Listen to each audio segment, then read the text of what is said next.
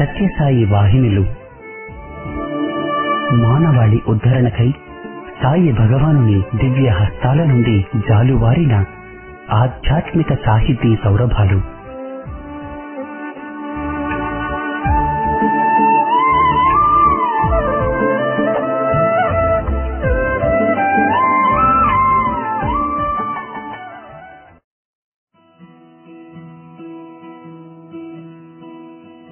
Radio Sai శ్రోతలందరికీ సాయిరాం.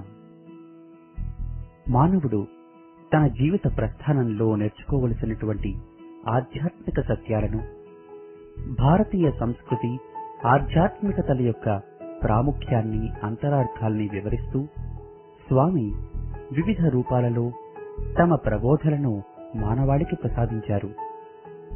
ఉపన్యాసాలు, పద్యాలు, చిన్న కథలు, రచనలు, ఇలా ఎన్నెన్నో.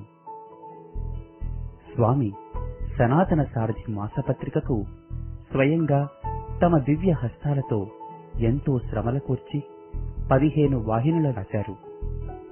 ఆ వాహినుల పరంపరలో సాయిరాముడు సాక్షాత్తు శ్రీరామ కథను, దానిలో నిగూఢమైన రహస్యాలను తెలియపరుస్తూ రామకథా రసవాహినిని 2 భాగాలుగా ప్రసాదించారు. ఇప్పుడు మీకు సాయినాథుడు రచించిన రామకథా రసవాహినిని పుస్తక పఠన రూపంలో అందిస్తున్నాం. రామకథను హాయిగా వినండి. సాయిరాముడి లీలా వైభవాన్ని మనసారా ఆస్వాదించండి.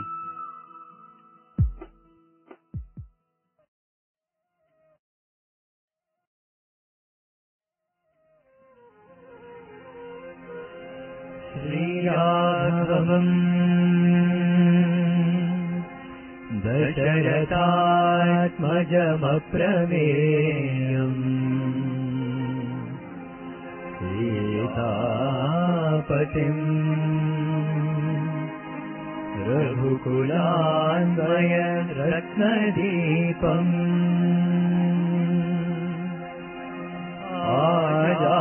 ఆజానుబాహం అరవింద దళాయతాతం రామం నిశాచర వినాశకరం నమామి.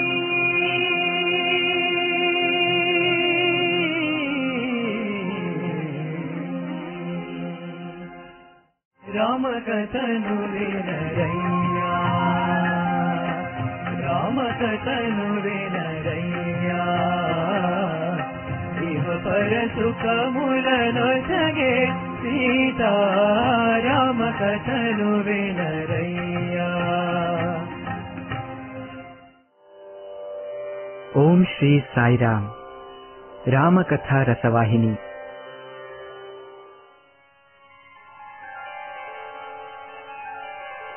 పదకొండు. అర్ధాంగిని సీత. రాముడు తల ఎత్తి చూడక, ఎవరితోనూ మాటాడక సీతాంతఃపురమునకు వెళ్ళుచున్నాడు. కైకేయి మందిరమున ఏమి జరిగినదో తెలియని సీతాదేవి పట్టాభిషేక గడియలు సమీపించుచున్నవే, ఇంకా రాముడు ఎందుకు రాలేదని ద్వారములు చూచుచుండెను. ఉపవాస వ్రతములు పూర్తి చేసి గంధ పుష్పాక్షతాదులు చేతపట్టుకొని రాముడు ఎప్పుడెప్పుడు వచ్చునా అని ఆమె ఉవ్విళ్ళూరుచున్నది. ఆమెతో పాటు అంతఃపురములో ఉన్న అందరూ సంతోషమున ఓలలాడుచుండిరి. మంగళాంగనలు, హారతులు సిద్ధము చేసుకొనియున్నారు. ఇంతలో అపూర్వముగా అలంకరించియుండిన ఆ అంతఃపురములోనికి రాముడు తల వంచుకొని వచ్చుట చూచి దిగ్భ్రాంతి చెందిరి. సీతాదేవి ఎదురేగి చూచి ఆమెను ఆమె నమ్మలేకపోయినది. దేహము గజగజ వణకినది. పెదవులు అదరచు, ప్రభూ, ఏమిటిది? ఇట్లా ఉన్నారెందులకు? ఈనాడు బృహస్పతి దేవతాంకితమైన దినమని చెప్పిరి కదా, శుభకరమైన దినము అని, పుష్యమీ నక్షత్రములో మీ యువరాజ్యాభిషేకమని బ్రాహ్మణోత్తములు చెప్పిరి కదా, మీ దివ్య సుందర విగ్రహమునకు జలఫేన నిభము శతశలాకాయుతము అయిన శ్వేత ఛత్రము ఎందుకు పట్టలేదు?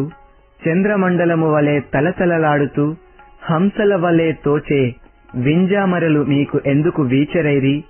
వంది జనులు స్తోత్ర పాఠాలు పలుకలేదెందుకు? నాథ, వేద పారంగతులైన బ్రాహ్మణులు మూర్ధాభిషిక్తులు అయిన మీ శిరమున తేనె పెరుగు పెట్టి అభిషేకము చేయలేదెందులకు?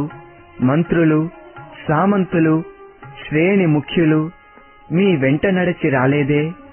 నీల మేఘము నేల మీద నడుచుచున్నదో కాక నల్లకొండ కదలిపోతున్నదో అన్నట్లు కనిపించే శత్రుంజయము అను మదపుటేనుగు మీ ముందు నడిచి రాలేదెందుకు అని సీతాదేవి ప్రశ్నల వర్షము కురిపించుచుండుటచే రాముడు ఏమీ చేయుటకు తోచక అంత సులభముగా చెప్పునట్టి విషయము కానందున లోనికి వెళ్లి సీతను దగ్గర చేర్చుకొని, సీత, పూజ్యపాదులు మా నాన్నగారు నన్ను ఇదే ముహూర్తములో అరణ్యమునకు పంపుటకు నిశ్చయించుకొన్నారు కాన ఇప్పుడే పితృ ఆజ్ఞ పరిపాలన గావించవలసి ఉన్నది అని చెప్పెను. సీతకు ఈ మాటలు నమ్మరానివై తోచినవి. కారణము చెప్పక విషయమును మాత్రమే చెప్పుటచే సీతాదేవి, నాథ, అరణ్యములకు పంపునట్టి అపరాధము తామేమి చేసితిరి? ధర్మాత్ముడైన దశరథుడు నిష్కారణముగా అట్టి ఆజ్ఞను విధించడు కదా, తామును అట్టి అపరాధములు చేయరు కదా. అట్టి తరి మీరు వనవాసము చేయుటలోని అంతరార్థమేమిటి అని ప్రశ్నించగా రాముడు చిరునవ్వుతో, సీత, పూర్వము ఒకప్పుడు నా తల్లి అయిన కైకేయీదేవికి మా తండ్రి 2 వరములనిచ్చిరట. అవి ఆయన ఇంతవరకు చెల్లించలేదు, ఈమెయు కోరలేదు. నేడు ఆమె ఆ 2 వరములు కోరుటలో ఒకటి భరతునకు పట్టాభిషేకము చేయవలననియు, రెండవది నన్ను జటావల్కలములు ధరించి 14 సంవత్సరములు వనవాసము చేయవలననియు కోరినది. మా తండ్రి పరమ ధార్మికుడు, ఆడిన మాట తప్పనివాడు, అందువలన తల ఒగ్గినాడు. కాన నిన్ను చూచి వెళ్ళవలనని ఇప్పుడిక్కడికి వచ్చితిని అని అన్నాడు. సీత, నీవు మహాపూజ్యమైన వంశమందు జన్మించితివి. నీవు సమస్త ధర్మములు తెలిసిన దానవు. పరమ ధర్మవేత్త, జ్ఞాని అయిన జనక మహారాజు మీ తండ్రి. నీవు ధర్మచారినివి. నేను ఈనాడే అడవులకు వెళ్లవలసియున్నది.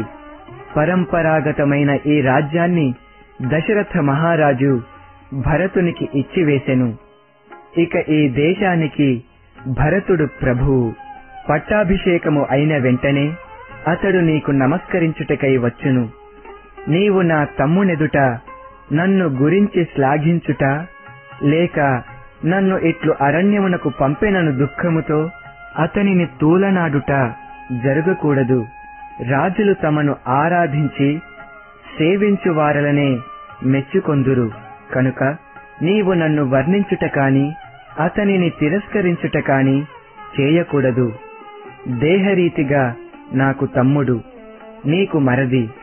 అయితే స్థానరీతిగా నీకు నాకు ప్రభువే భరతుడు.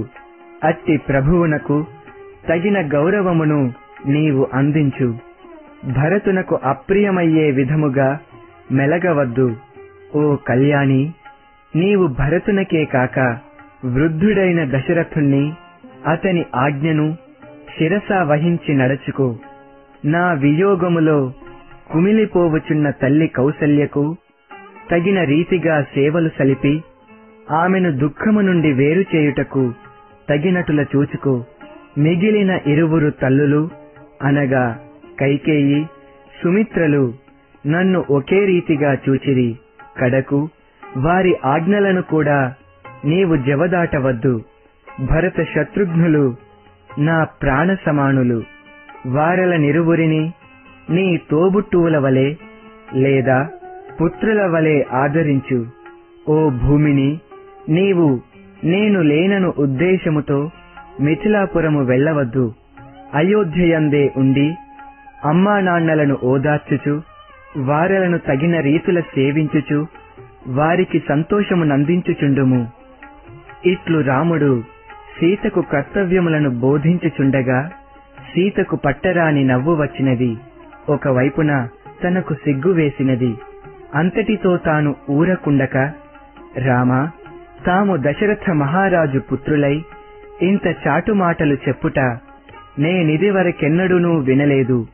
తల్లి తండ్రి తోబుట్టువు కొడుకు కోడలు మొదలైన వారందరూ వారు వారు చేసుకొన్న పుణ్య పాపములను బట్టి శుభాశుభములు అనుభవింతురు. భార్య ఒక్కతే భర్త అనుభవించే శుభాశుభములలో భాగమును వహించును, అనుభవించును. దశరథ మహారాజు మిమ్ములను అడవికి పొమ్మన్నాడన్నా నన్ను కూడాను పొమ్మన్నటులనే. ఆడదానిని తల్లి తండ్రి పోషించగలరు, కొడుకు ఆదరించగలడు, చెలికత్తె సేవించగలదు. అంతేకాని వారు నాకు దిక్కు కారు. మీరు పలుకు పలుకులు నాకు నవ్వు పుట్టించుచున్నవి. పెండ్లి కాక పూర్వమే నాకు నా తండ్రి సర్వధర్మములను బోధించెను. నేను అజ్ఞానురాలను కాను, లేక స్వార్థపరురాలను కాను. అంతకంటే మొండితనము నాకు లేదు. సర్వధర్మములో తెలిసిన నాకు మీరు ప్రత్యేక ధర్మములు చెప్పనక్కరలేదు. నేనిక్కడున్న కదా అత్తా మామ మరిది ప్రభువులను ఏ రీతిగా ఆదరించవలే, సేవించవలే అని యోచించవలెను. నేను మీతోనే ఉండునప్పుడు ఇతరులను సేవించవలసిన పని నాకేమున్నది? మీరు చెప్పనవసరమేమున్నది? నేను ఆనందముగా మీతో బయలుదేరి వత్తును. అరణ్యవాసము చేయవలనని నాకు ఎంతో కాలము నుండి ఒక తీరని ఆశ కలదు. అది ఈనాడు నా పతిదేవునితోనే ప్రాప్తించుట నా అదృష్టము. మీరు ఈ విషయమున రాకూడదని శాసించినను నేను వినను. నా మాట వినలేదని మీరు కోపగించకుడు. త్రాగి పారబోసిన నీరు వలె నన్ను ఇక్కడ విడచిపోవుట మీకు నీతి కాదు. నా మాట మీరు నమ్మండి. నేను ఒక్క క్షణమైనా అయోధ్యలో ఉండను. మీ వెంట తీసుకొని పొండు అని పాదములు పట్టి ప్రార్థించెను. మీకు పట్టాభిషేకము జరుగలేదే అని చింత నాకేమాత్రమూ లేదు. నాకు మీరు ప్రధానము కాని రాజ్యాభిషేకము ప్రధానము కాదు. మీరొక్కరున్నా అదే నా రాజ్యము, అదే నా భాగ్యము అని బతిమిలాడినది. అంత రామచంద్రుడు అడవులన్న సామాన్యము కాదనియు, అందులో క్రూర మృగములు, రాక్షసులు, మహా గజదొంగలు చేరియుందురనియు, అంతేకాక నదులు, దట్టమైన పొదలు దాటవలసి వచ్చుననియు నీవు ఏనాడూ నడచిన దానవు కావు, కనుక చాలా శ్రమపడవలసి వచ్చును అని అనేక రకముల అడ్డు చెప్పజొచ్చెను. అంత సీత, ప్రభు, ఎట్టి క్రూర మృగములున్నను, ఎంతటి దట్టమైన అరణ్యమైనను మీరు వెంట ఉండగా అవి నన్నేమి చేయును? అరణ్యములలో ప్రయాణము చేయుట నాకు బాగుగా తెలుసును. అవి నాకేమాత్రము బాధనందించవు. నేనే ముందు నడచుచు మీకు దారి ఏర్పరచవలనన్నను మరింత సంతోషముతో ముండ్లు, రాళ్ళు, కంపలు ఏరి పారవేసి మీకు హాయిని కలిగింతును. అట్టి సేవ చేయుటకైనను నన్ను మీ వెంట గొనిపొండు. ఈ అయోధ్య అంతఃపురమున నాకిట్టి సేవ లభించలేదు. అన్ని సేవలు దాసదాసీలు చేయుచుండా నేనెంతయో విచారించుచుండెడిదానను. దాసదాసీలు లేని ఆ అరణ్యమున నా ప్రభు సేవ నేనే చేయవలసి ఉండును. అది నా భాగ్యము. అట్టి పవిత్ర అవకాశమును నాకందించి ధన్యురాలిని చేయవలెనని పరిపరి విధముల ప్రార్థించు సీతను చూచి రాముడు జాలినుంది, సీత, నీవు చెప్పినట్టులా అక్కడ నివసించుటకు కాదు, ఆనాడు నీవు బాధపడవలసి వచ్చును. యోచించుకొమ్ము అని రాముడు అనేక రీతుల తెలిపెను. అంత సీత, రామా, మీ వ్రతమునకు నేనెట్టి భంగమును కలిగించెను. మీ మాటలను పట్టి మీరేదియో దాచుచున్నట్ల కనిపించుచున్నది. నా దగ్గర గుట్టెందుకు? మీతో పాటు వన మధు గంధవాసనలు ఆఘ్రానిస్తూ కందమూలాదులను భక్షిస్తూ నియమముతో బ్రహ్మచారిణీ వ్రతమును పాటింతును. ఎంతమందినో కాపాడు ఇనకుల పతికి నన్ను కాపాడుట చేతకానిదా? నేను నమ్మను. నాకది కావాలి, ఇది కావాలని మిమ్ములను బాధింపను. మీకు ఎట్టి శ్రమను కలిగించెను, అందించెను. ప్రభు, నేను మీతో రాక తప్పదు. మీ పాదముల చెంత పవలింతును. అది నాకు పరమానందము చేకూర్చును. రామా, మీరు తప్ప నేను అన్యులను ఎరుగను. మిమ్ములను విడచి నిమిషముండను, ఉండలేను. అట్లు మీరు పట్టుపట్టి నన్ను అయోధ్యలో వదలి వెళ్ళితిరా? మీరు అరణ్యము చేరక పూర్వమే సీత ప్రాణములతో ఉండదు. ఇది పరమసత్యము అని కన్నీళ్లతో కలకబారిపోయినది. అప్పుడు రాముడు ఆమెను సమాధానపరచుచు, సీత, నీవు మహా కులీనవు, ధర్మిష్టవు. నీవు నీ ధర్మమునాచరించుచు ఇక్కడనే యుండుట మంచిది. నీవు నీకు తోచినటుల చేయకూడదు. నీకు ఇష్టమొచ్చినటుల చేయకూడదు. నీకు ఇష్టమొచ్చినటుల చేయుటకు స్వాతంత్ర్యము లేదు. నేను చెప్పినటులనే వినవలసియుండును. కాన నీవిక ఈ ఆలోచనను వదులుము. నీ మంచికే నేను చెప్పుచున్నాను. నిన్ను భరించటము నాకు అతి భారము. పెద్ద పెద్ద కొండల నుండి జారిపడే సెలయేళ్లు, కొండ గుహలలో నివసించు క్రూర మృగముల గర్జనలు మహాభయంకరముగా ఉండును. సింహ శార్దూలాది మృగములు విచ్చలవిడిగా సంచరించుచుండును. నదులు దాటిపోవలసియుండును. పెద్ద పెద్ద గుండ్లు బండల నుంచి దుముకవలసియుండును. ఇట్టి ఇబ్బందులన్నీయూ యోచించియే నీకు ఇంత గట్టిగా చెప్పవలసి వచ్చినది. జటలు ధరించి వల్కలాలు కట్టుకొని ఋషుల జీవితమును గడుపవలసియుండును. మేము సంధ్యావందనములు ఆచరించు వేళ నీకెట్టి అపాయములైనా సంభవించవచ్చు. మేము ఎట్టి ఆపదలందును ఆ నియమమును వీడమన్నది నీకు బాగుగా తెలియను. ఏ సమయమెట్లుండునో చెప్పలేము అని రాముడు అనేక రకముల భయపెట్టు మాటలకు సీత ఏమాత్రమూ వెరువక, రామా, పల్లె పడుచులకు, శాస్త్ర విహీనులకు, అజ్ఞాన జడ బుద్ధులకు చెప్పినట్టులా నాకు చెప్పనక్కరలేదు. మీ శక్తి సామర్థ్యములు నేను బాగుగా ఎరుగుదును. మీకు చేతకానిదంటూ ఈ లోకమునందే కాదు 14 లోకములందునూ లేదు. అట్టి మీరు నా వెంటనున్న నాకు భయమెందులకు? పోని నేను ఏ క్రూర మృగముల నోటనో పడితినన్నా తమ సన్నిధిలో ఆనందముగా ప్రాణములు వీడుటకు నేను సంసిద్ధమే.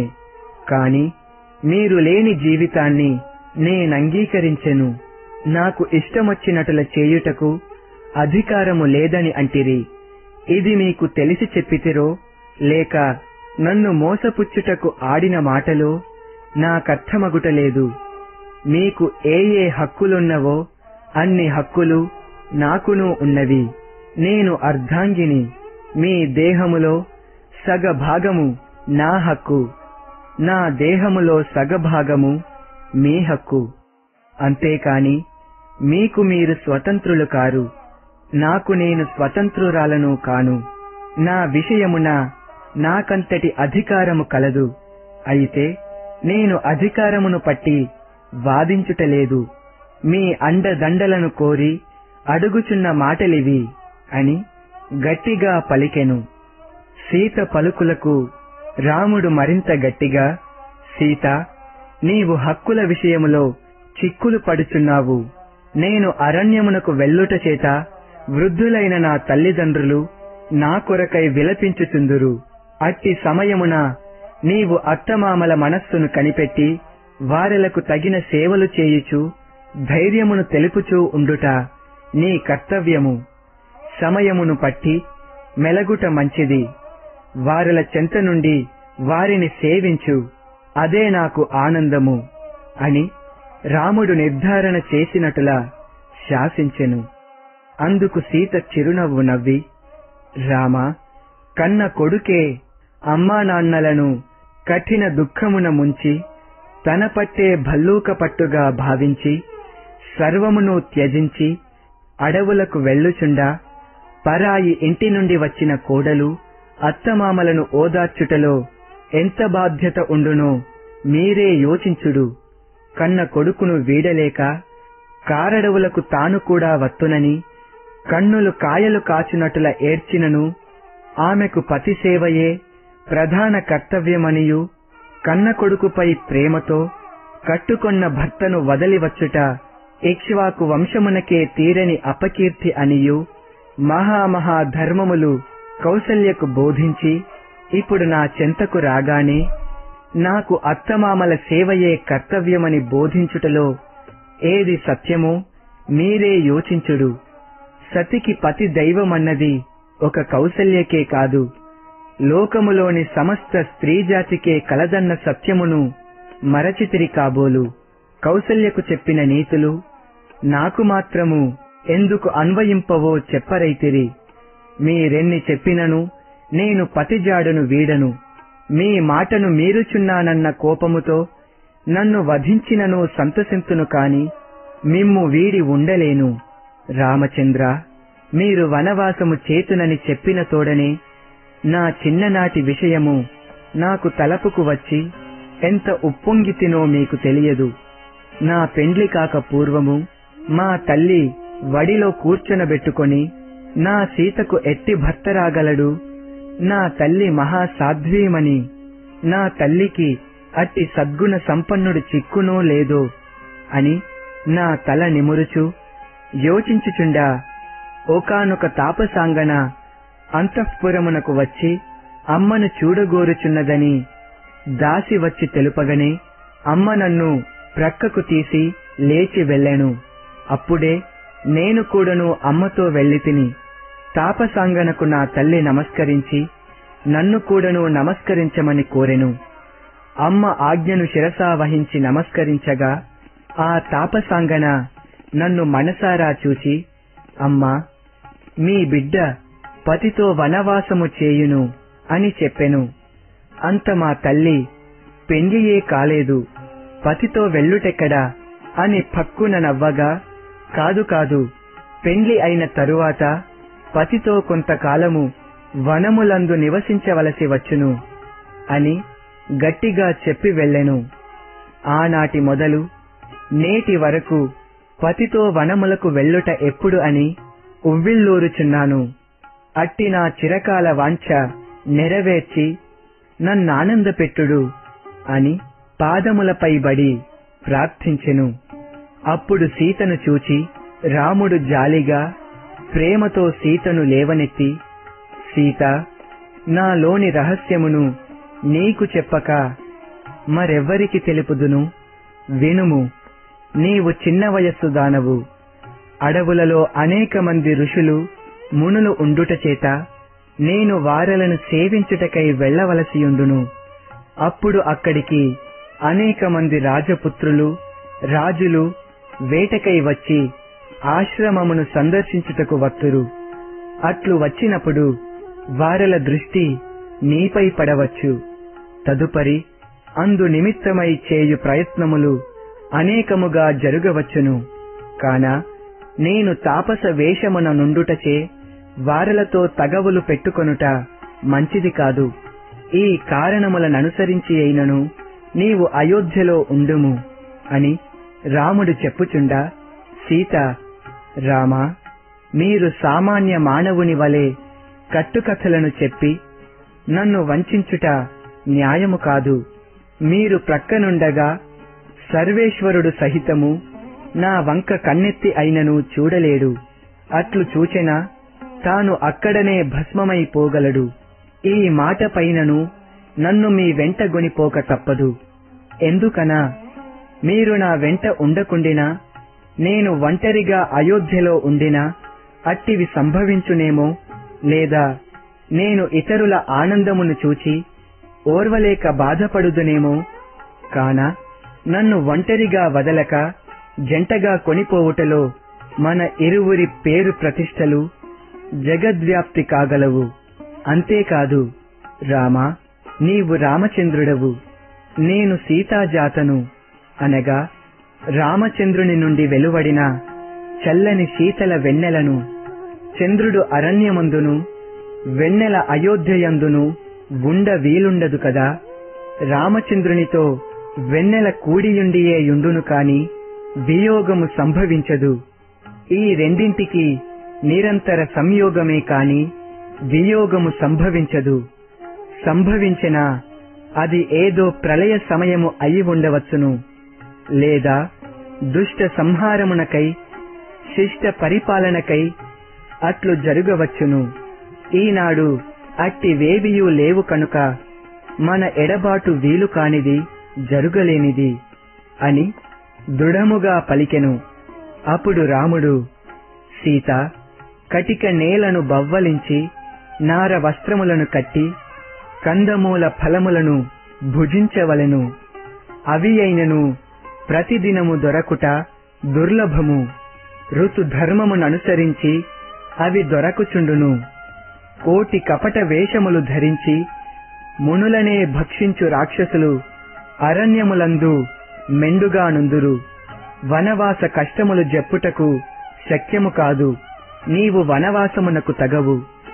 నీవు నాతో వనవాసమునకు వచ్చిన ఎడల లోకులు నన్ను అతి నీచముగా దూషింతురు. మానస సరోవరములోని అమృతోపమానమగు నిర్మల జలమును త్రాగి జీవించు హంస లవణ సముద్రములోని నీరును త్రాగి ఎట్లు జీవింపగలదు? నూతనముగా చిగురించిన తీయమామిడి తోటలో విహరించు కోకిల తుమ్మ తోటలో ఎట్లు విహరించును? ఈ సంగతులు విచారించి నీవు గృహములో నుండుట పరమోత్తమము అనెను. ఈ విధముగా మృదు మధురముగా శ్రీరాముడు పలికిన పలుకులను విని జానకి కన్నీరు గార్చుచు నేలను చూచుచు స్తంభించిపోయెను. ఆమె కంటి ధారలు ధారల వలె నేల పడుచుండగా రాముడు చూడలేకపోయినాడు. ప్రత్యుత్తరమిచ్చుటకు ఆమెకేమియూ తోచకపోయెను. శక్తి నీరసించెను. కడకెట్టులో భరించుకొని దుఃఖమును మృంగి, ఓ ప్రాణనాథ, మీరు కరుణా సముద్రులు, సకల సుఖములకు నిధులు. మిమ్ముల నెడబాసియుండినప్పుడు స్వర్గమైనను నాకు నరకముతో సమానము. తల్లిదండ్రులను, సోదరులను, సోదరీమణులను, అత్తమామలను, సుతులను, గురువులను, బంధువులను, వీరందరూ సకల గుణ సంపన్నులైనను సతికి సుఖమునిచ్చువాడు పతియే. పతి తప్ప అన్య గతి ఉండదు. నాథ, తనువును, ధనమును, గృహమును, పురమును, రాజ్యమును ఇవి పతి దూరమైన సతికి దుఃఖమునే ఇచ్చును కాని ఆనందమునందించలేవు. పతి లేని భోగములు రోగమును బోలినవే. నా సర్వ సుఖములు మీ వద్ద గలవు. శరత్కాల చంద్రబింబము వంటి మీ ముఖార విందమును చూచుచుండుటయే నాకు సర్వ సుఖము.